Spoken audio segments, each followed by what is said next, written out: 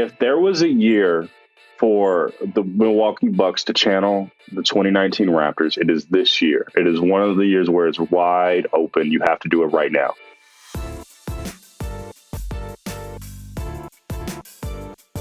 What's going on? Welcome to another edition of Real or Fake. We're talking the Milwaukee Bucks. Roz, let's get right to it, man. What is the Milwaukee Bucks' biggest strength? Them boys get out and run, Logan. They're one of the best teams in the league at taking that defensive rebound or steal or block and converting that on the other end into offensive points.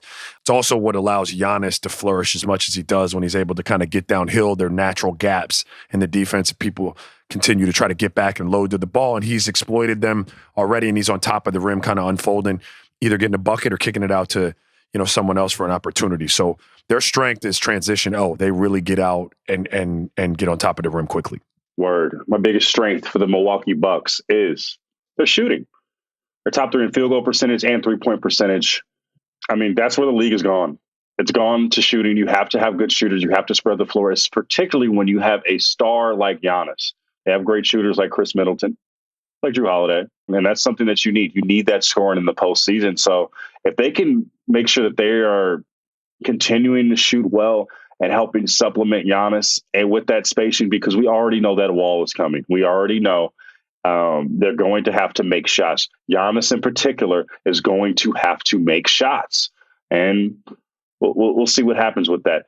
Biggest weakness, and I'm going to start this one off, and it's something I've been saying the entire year, lack of star power. They have Giannis and a bunch of really good players, but a bunch of really good dudes. They don't have another, and it's really just hard to say this, but they don't have another generational superstar on their team, right? And that's something that you need in this league to win. Talk about the last few champions. They have had multiple generational stars on their team. And Giannis, it's a big load that he has to carry when they put that wall around the paint and he has to shoot jumpers. He needs another guy to supplement that. They think that's Jrue Holiday. That's why he was traded there. We'll see if that works out. But as of right now, lack of star power, biggest weakness, Milwaukee Bucks. Their biggest weakness for me is their offensive predictability.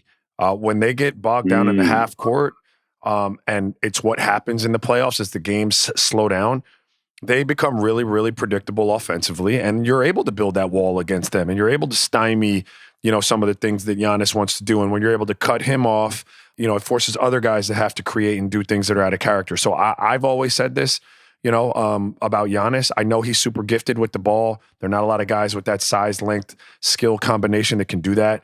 But help him get some easy buckets. He needs some actions run for him in the half court where he doesn't have to create all the time, where someone or the play can create for him and he can just finish, where people can't just load to the ball and have 4 sets of eyes looking at him, trying to stop him from getting where he's going, and he's got to run people over. Their weakness is their offensive predictability, and their ability to figure out how to not be so predictable will ultimately determine how far they go.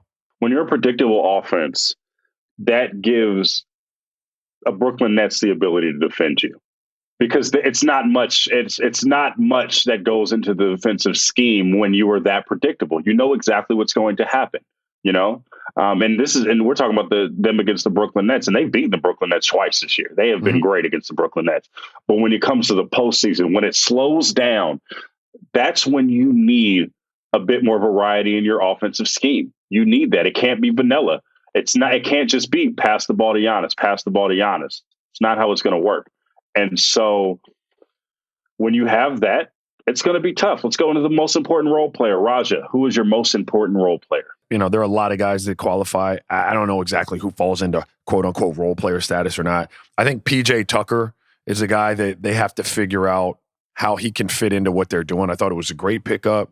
He's one of those glue guys and has been through those wars in playoffs that you could count on to knock down shots, defend, bigger players and play his role. But ultimately, I think Jrue Holiday is a guy who's brought in to be the piece that they were missing in the playoffs. I think Khris Middleton did take that step last year.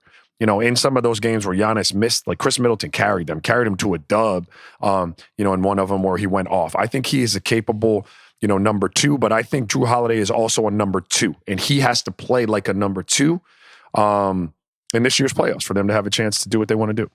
Now, there is a life or a scenario where Giannis and these Bucks go full 2019 Toronto Raptors, where there's a lot of great role players who surround a really good player, right? They're like Kawhi, right? But you need great role players, and you need those number twos to step up and be number twos. My most important role player, and it's weird to call him this because he is one of those number twos, and that's Khris Middleton. And the reason why I say Khris Middleton is because it's one thing to ball out and carry the team in the regular season, but he's going to have to carry them in stretches in the postseason, and he has not proven that he can do that in recent years. So Khris Middleton has to be able to be that a true number two guy. And maybe in my eyes, sometimes an overqualified three, right? That's something that I think he is in times, and he needs to show that he can be more than that. I think he can step up to the challenge, but he has to do that for this team to go from a really, really good regular season team to a contending postseason team. And so Khris Middleton, most important role player. Now, let's get to a little segment we like to call, this is the magnum opus of this segment. It is real or fake. Raja, is Milwaukee real or fake? Milwaukee is real. It's a tough one for me because I know what the recent history has suggested about Milwaukee, but I do believe they are real. The last couple games I've seen them play against Brooklyn, it's a problem for Brooklyn. We talk about this game plan of building the wall. I've given you on our pod every example of why just having the game plan isn't enough. You have to have the pieces to execute the game plan. I don't think Brooklyn has the matchups like Miami did last year to guard Giannis. Bam Adebayo is way more capable than some of the pieces that Brooklyn has to do that to Giannis. And so I give them a chance. I think they are for real. I think the East is wide open. The three teams we've talked about in the East, I think Milwaukee is right there in the mix with them. So I do believe them to be for real. Everything in my being wants to call them fake, Raja. Everything in my spirit and my heart and my soul wants to call them fake. But I think I'm going to call them real based on the circumstances because it's so wide open, right? Maybe they get a matchup where it just works. Maybe they can finesse through that way. Maybe they can. I still want to call them fake, but I'm going to call them real just off the field right now. It's not a stacked field. They can get through a couple teams. They can figure it out. By circumstance, they are real. Correct. The only team in the East that you would look at on paper and say, man, yes, champions. They're pencil them in.